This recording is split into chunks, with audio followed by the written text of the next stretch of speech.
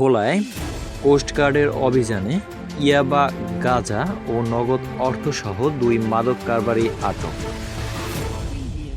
ইমন রহমান, জেলা প্রতিনিধি, ভোলা।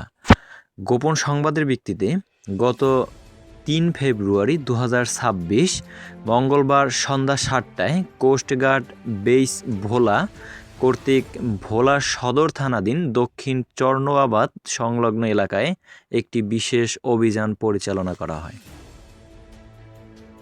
অভিযান চলাকালীন উক্ত এলাকায় তল্লাশি করে প্রায় 59,000 টাকা মূল্যের 30 পিস ইয়াবা, 1 কেজি 100 গ্রাম গাঁজা ও নগদ 3,950 টাকা সহ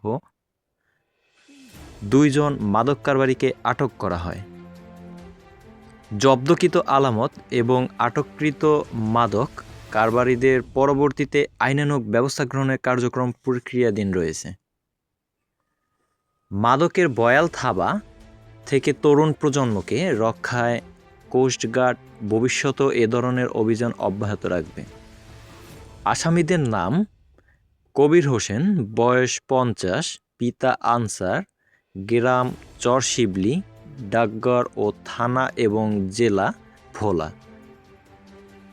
মোহাম্মদ সুলাইমান, বয়স 28, পিতা কাঞ্চন মিজি, গ্রাম চরসামাইয়া, ডাকঘর ও থানা এবং জেলা ভোলা।